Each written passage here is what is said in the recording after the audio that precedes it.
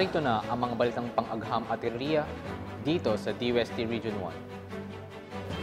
1. DOST 1 nagsagawa ng planning workshop on smart and sustainable communities para sa Batac City, Ilocos Norte. 6 na kumpanya nakatanggap ng tulong mula sa DOST 1 Halal Program. Bayan ng Santo Tomas at Aringay, La Union nakatanggap ng tulong mula sa CES Program. DOST 1 nagsagawa ng planning workshop on smart and sustainable communities para sa Batac City, Ilocos Norte. Ang Department of Science and Technology at Provincial Science and Technology Office Ilocos Norte ay nagsagawa ng pagpaplano para sa implementasyon ng DOST Smart and Sustainable Cities sa siyudad ng Batac, Ilocos Norte. Layunin ng nasabing aktibidad na tulungan at pagbutihin ang mga planong inilahad ng LGU para maging smart and sustainable city ito. Dinalohan ito ni na Attorney Reyna M. Santos, Smart City Focal Person ng Kawayan Isabela, Dr. Betchy E. Aguinaldo, BIRDC Director at CCSIT Dean ng Isabela State University at Ms. Raquel Santos ng DOST Region 2. Na kung saan kanilang tinalakay ang iba't ibang impormasyon ukol sa pagbuo ng isang smart and sustainable na komunidad. Nagbigay naman ng mensahe si Batac City Mayor Albert D. Chua na kung saan binigyang diin niya ang patuloy na suporta ng syudad sa pagsusulong ng teknolohiya habang binibigyang halaga ang pangangalaga sa kalikasan at pagpapalago ng ekonomiya.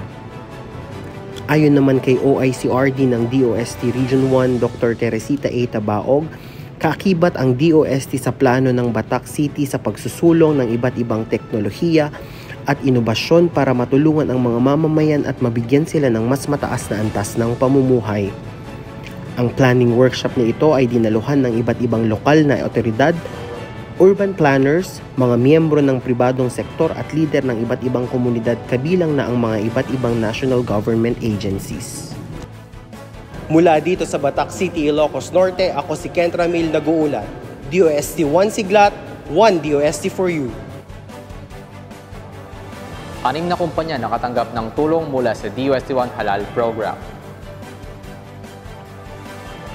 Ang Department of Science and Technology Regional Office No. 1 sa ilalim ng DOST Halal Ready Tourism Program ay nagsagawa ng training at ng MOA signing sa 6 na kumpanya sa Region 1.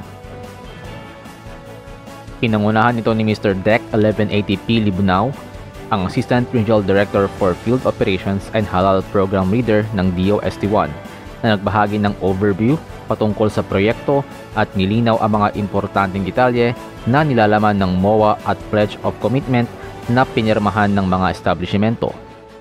Nagbigay naman ng mensahe si Ms. Raquel M. Espiritu, ang ARD for Technical Services Division ng DOST 1 sa mga dumalo sa naturang aktibidad. Nagsilbing resource person naman si Mr. Hero D. Galamgam, ang halal trainer ng DOST 1 ukol sa halal food preparation for tourism establishments.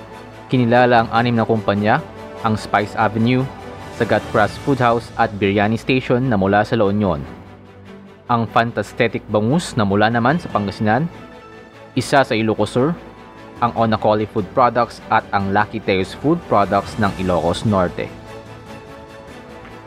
Mula dito sa DOST Region 1, ako si Christian Casimiro nag-uulat. DOST 1 Siglat, 1 DOST for you. Bayan ng Santo Tomas at Aringay sa La Union nakatanggap ng tulong mula sa CES Program. Ang Department of Science and Technology Regional Office No. 1 at ang Provincial Science and Technology Office La Union sa ilalim ng Community Empowerment Through Science and Technology o CES Program at sa pakikipagtulungan ng LGU Aringay at Santo Tomas ay nakapagsagawa ng livelihood training and product development on fish processing sa Barangay Samara, Aringay at Barangay Narvacan, Santo Tomas, La Union.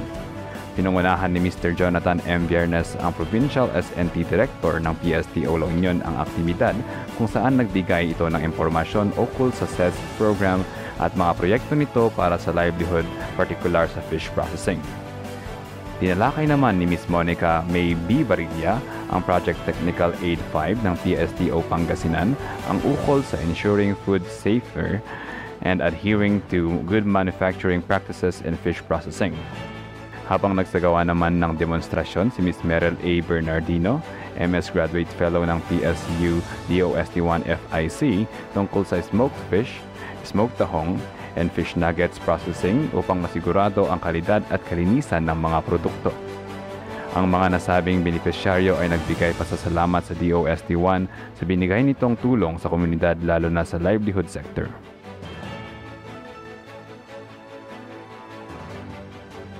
Mula dito sa DOST Region 1, ako si Nico Ofo, nagbabalita. 2 Siglat, 1 DOST for you.